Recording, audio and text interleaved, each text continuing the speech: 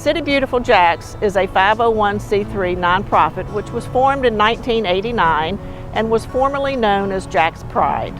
We provide leadership and advocacy to organizations throughout Jacksonville to help preserve and enhance the visual beauty of Jacksonville in both its natural and built environments.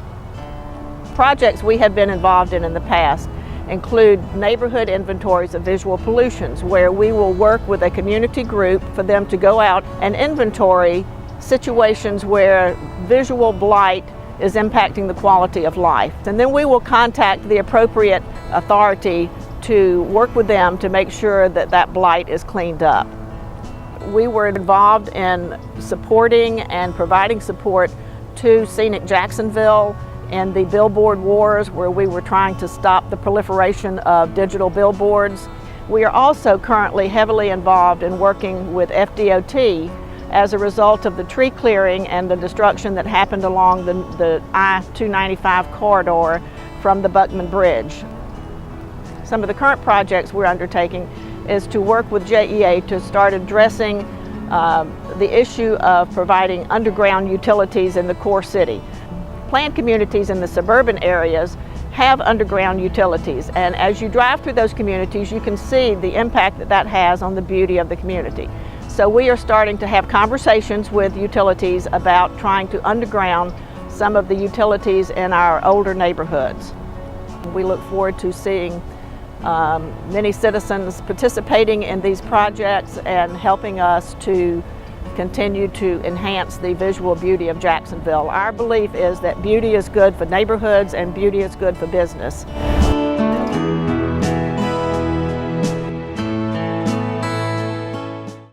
The mission of Duvall Audubon Society is to connect people with nature. We are a chapter of Audubon, Florida, which is a part of the National Audubon Society. We have monthly programs from September until April where we bring in a speaker. The speakers talk on all different subjects, not necessarily relating to birds, but some of them do.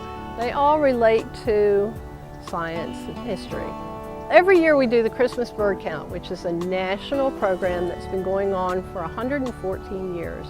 Volunteers count birds on one day around the Christmas holidays, and that information is submitted to National Audubon and used to determine how the birds are doing. This last year we had 49 volunteers, and in one day we counted 165 species of birds in the Duvall County area. At Huguenot Park we participate in the Bird Steward program. This is because we have royal terns and laughing gulls nesting in the dunes in May and June. At the end of June, the chicks start tumbling out onto the beach. The beach is blocked off for the birds, and we have people out there to provide safety and education. We have roughly 3,000 chicks fledgling from that area. It's important for us to protect them. Our biggest push right now is to have native plant backyard. If you plant your yard with native plants, the birds and the butterflies will come.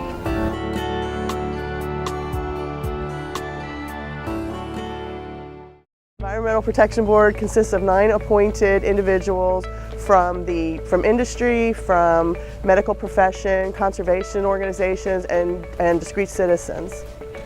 We are the regulatory agency that is charged with clean air and water for our city.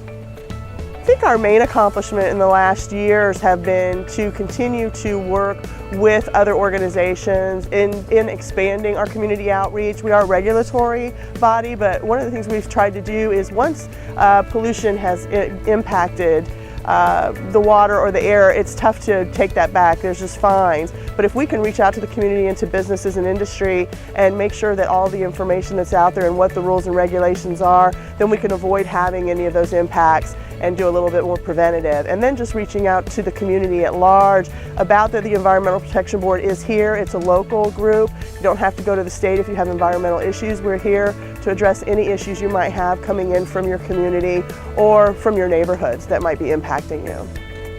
We have funded the State of the River Report for the last several years, and we also are involved in the Green Day Earth Poster Contest. We're also sponsors for the Water Fest at the Museum of Science and History.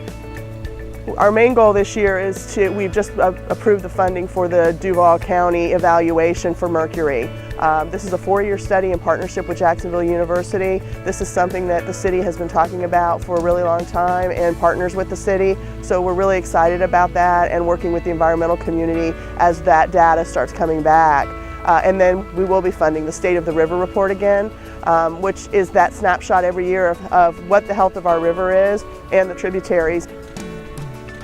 The Environmental Protection Board is made up of people that care about Jacksonville, and they come from all different parts of Jacksonville and Jacksonville's businesses and private citizens, and they're really here to help and to make sure that we can work with the other groups that are working towards helping Jacksonville's environment be healthy or stay healthy as we move forward.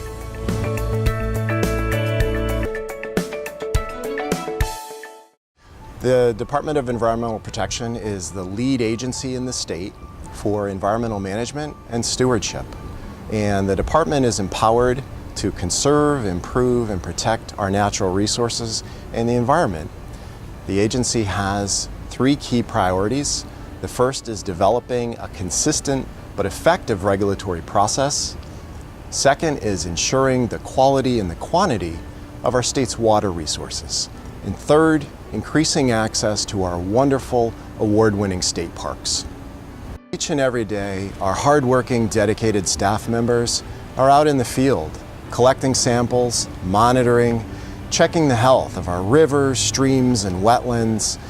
Our folks are also working very hard to find solutions and new ways to help local businesses, especially manufacturers, to improve their overall environmental performance. We think that here in Northeast Florida and throughout the state, one of our biggest assets for attracting new high-tech businesses, investors, tourists, people that want to move here, relocate, start families, is really our quality of life. And first and foremost, that's our environment. And we want to have a clean, healthy, sustainable environment that we can pass on and be proud of.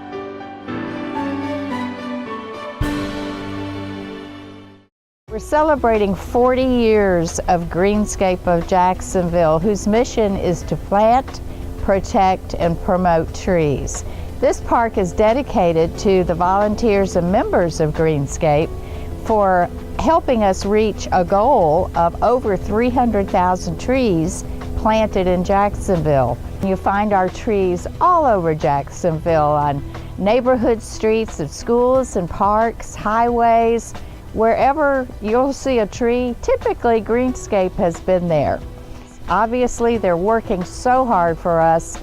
All of the benefits of trees, habitat for wildlife, cleansing the air, helping with stormwater runoff, saving on your electricity and energy costs. The benefits just keep going on and on. And Greenscape keeps going on and on, from park to schools to preserves. It's a wonderful adventure every year. and we're proud of every tree that goes in the ground. This year being our anniversary year, we have several exciting things. There are going to be more trees. The trees are going to be very obvious to people, and we hope to get everyone involved. We have a wonderful cadre of volunteers that work with us for so many projects every year. And then, of course, we always try to recruit young people, particularly high school students, who need some community service hours. And we're going to be out there continuing to excite young people about trees and engage everyone to join us in making Jacksonville a green city.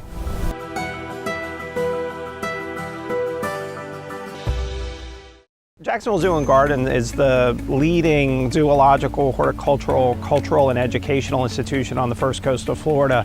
We serve over 900,000 guests a year, all the way from Savannah, Georgia, south to Daytona, and west to Tallahassee, to educate them about the amazing, amazing animals that we have from all over the world here, and most importantly, conservation and environmental issues.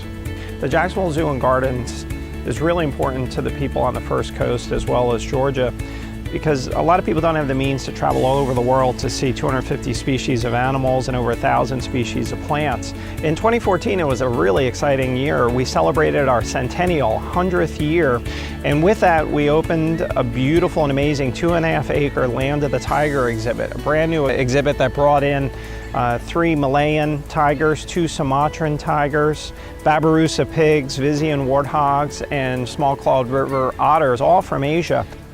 We're looking to increase our attendance this year from 901,000 to hopefully we'll break 1 million, maybe not this year, but in the next year or two.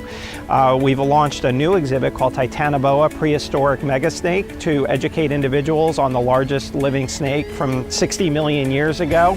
We just opened that Saturday. And we're going to continue to develop new programs to help inform and educate the public. We have a great team of people here at the Jacksonville Zoo Gardens. We have about 290 staff members, and all of us not only are really hardworking, but we truly care about the animals, the plants, the environments we live in, and all the conservation initiatives we support. And that's something that I think a lot of people forget. So it's one thing to just have an initiative, but when the entire 290 staff members are all supportive of those and help to educate the public, as well as our exhibits and our locations and all that we have here to offer, that's a really powerful force.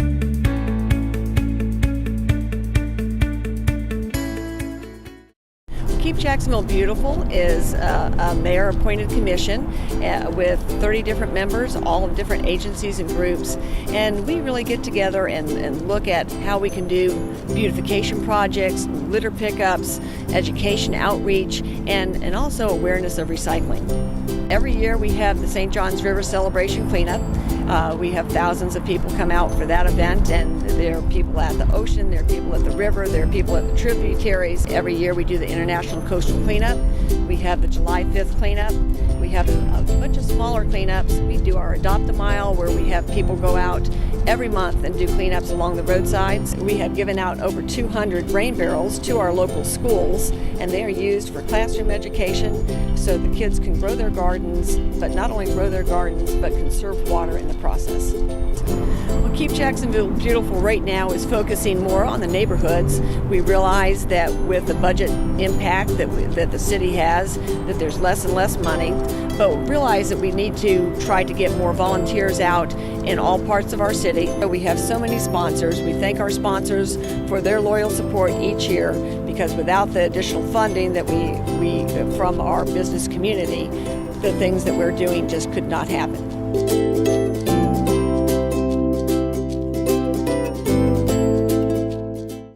Oba Trust is a 501c3 nonprofit environmental organization, and our mission is the zealous protection of the City of Jacksonville's preservation parks and other local, state, and federally protected lands and waters. This is unique among our area's environmental organizations in that our board is made up entirely of lawyers. So one of the significant things that we do, we are involved in litigation to try to protect the special places of our community. Through our mission, we're hoping to get people interested in the environment, but also getting them out to these areas and enjoying them in a reasonable and sustainable and responsible way. So whether that's hosting kayak races up and down the St. Johns River or making short movies about the mating habits of fiddler crabs, the point is we need people to know about the special places we have in Jacksonville and just how many great assets we have.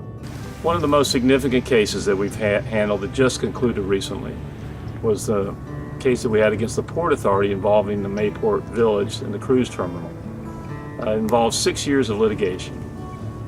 And in the end, the cruise terminal is not going to be built out there, which most of the residents in the village were very much opposed to it. And we thought that that would ruin one of our special places that we have in this community. And we also were able to work with the Port Authority at the end to come up with some creative things that we hope will enhance the village itself. And this is an exciting time for the village as we go forward. So to me, that was one of those special cases that we've handled recently. In 2015, one thing that we're really excited about is the Pass the Torch event. And that's where we find young environmental leaders and match them up with some older people that have been doing this for a few years. And that way they can show them the ropes. The idea being that when the older generation steps aside or moves on to other things, the younger generation can take over right where they left off, and we can continue this environmental protection for the next few decades. Because you need to reach out to these people. Not everyone in Jacksonville is going to agree with what we do, but you still need to reach out to them, find some common ground, and get some things done.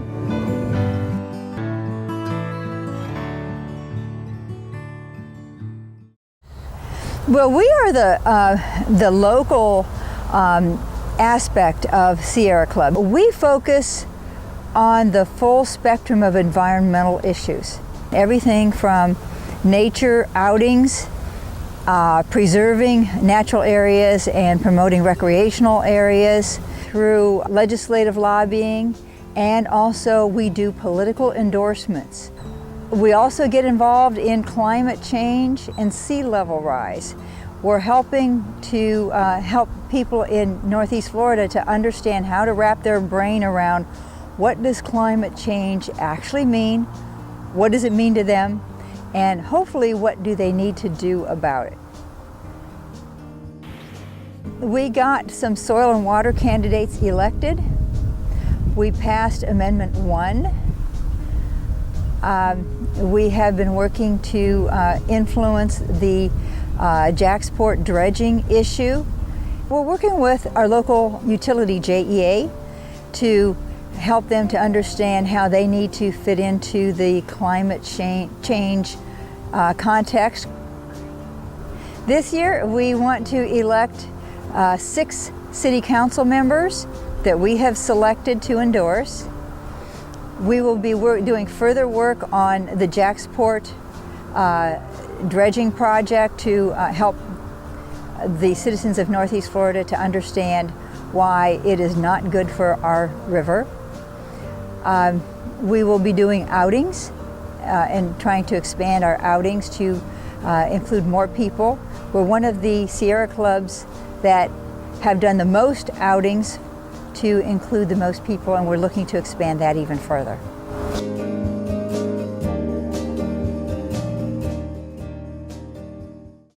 The St. Johns Riverkeeper is an independent nonprofit organization that's main goal and mission is to give the St. Johns River a voice in order to restore and protect our river through citizen-based advocacy. We are very excited to be celebrating our 15-year anniversary, and as our main goal is to really focus on accelerating and expanding this conversation of protecting the St. Johns. Over the last 12 months, we've been engaged in driving a local discussion regarding whether or not we need to dredge the St. Johns River, if it's worth the environmental risk, is it worth the economic risk?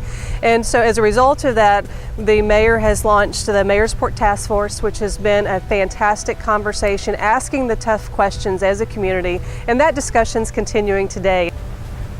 In October of this year, we're going to do a 2-week tour of the entire 310 miles of the St. Johns to meet with the community so we can get a river vision of what we need to do collectively to restore and protect the St. Johns River. One thing we need to do every day is celebrate the St. Johns River, and if we value the river as a community, then we're going to want to protect her. So it's very important we get folks out engaging with the St. John's, cleaning up the river, cleaning up our tributaries, as well as getting our kids involved through our education programs, because they are the future stewards of the St. John's River.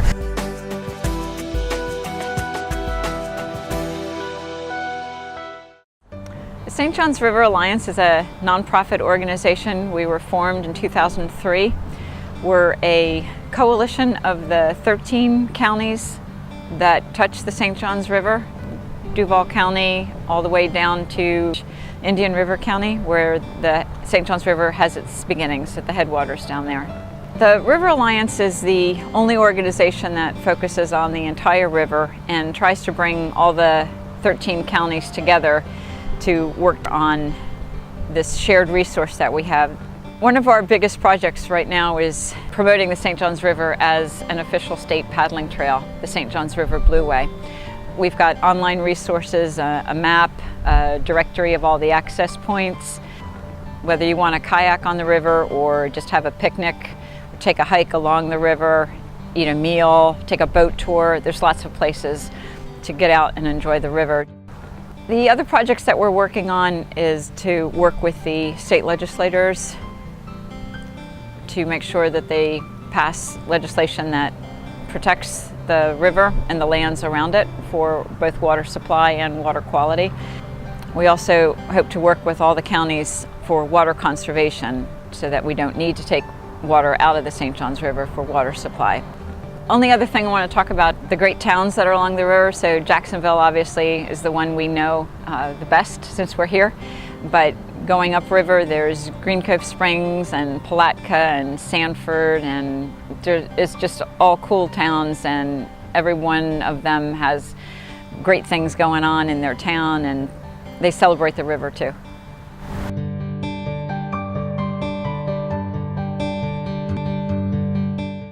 The Timucuan Trail Parks Foundation is the sole support organization for the state parks, the national parks, and the city preservation parks in Duvall County.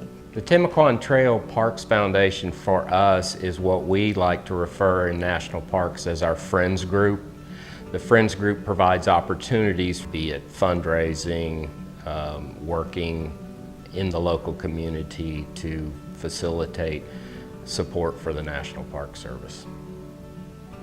So the Timucuan Trail Parks Foundation for Florida State Parks is just a wonderful partner that we work with on volunteer projects, outreach, marketing, and just a group that helps tie the three parks of the Timucuan Trail Partnership together, so the city, the state parks, and the national parks here in Jacksonville.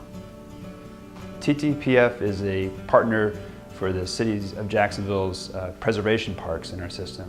They help a lot with our volunteer efforts by recruiting volunteers and helping with coordination of these events, as well as helping coordinate and partner on special events throughout the year. Last year we held our first major fundraising event in partnership with the National Park Service. We celebrated the 450th anniversary of the establishment of Fort Caroline. This year our major project is to produce an economic report on the parks. We'll focus on three separate areas. The first one will be the ecosystem services that our parks provide our community. The next is ecotourism, and then we've partnered with UNF College of Health on the health piece of the report. So the report will be used for our elected officials to understand the value of our parks, and for our community in general to understand the value and benefits that our parks provide.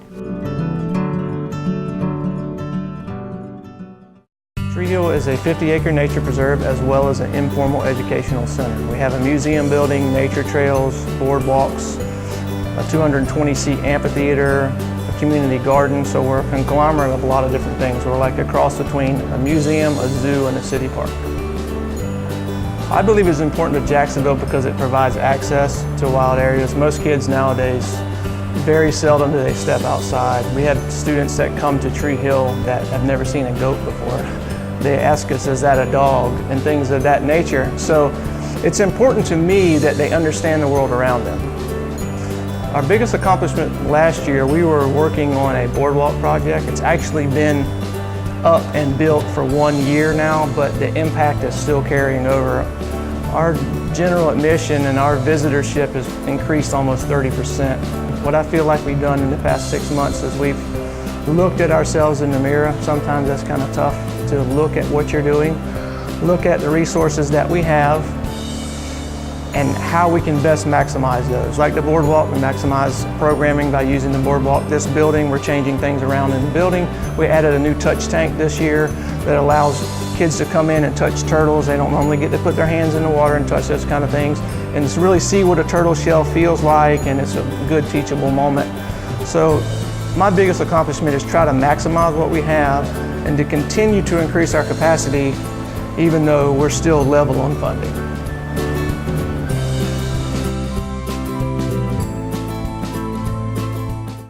The U.S. Green Building Council North Florida nonprofit is a sustainable 501c3 nonprofit that focuses on people, planet, and profits. We focus specifically on buildings because they have such a huge impact on our economy, our health, and our environment. Jacksonville is the 11th largest city in the United States, so we can be a very big leader in this. We are also at sea level, so we need to make sure our homes survive the storms, the more frequent storms that are coming, storm surge, but it's really important to human health in making our homes have, for instance, no toxins in them, to being much more useful or effective in our water use. And we don't need to use as much energy that our buildings use. Our goal is to create a sustainable region and green buildings for all by 2040 within this generation. So that means all the homes, all the schools, all your workplaces, everything will be high performing, healthy, and resilient.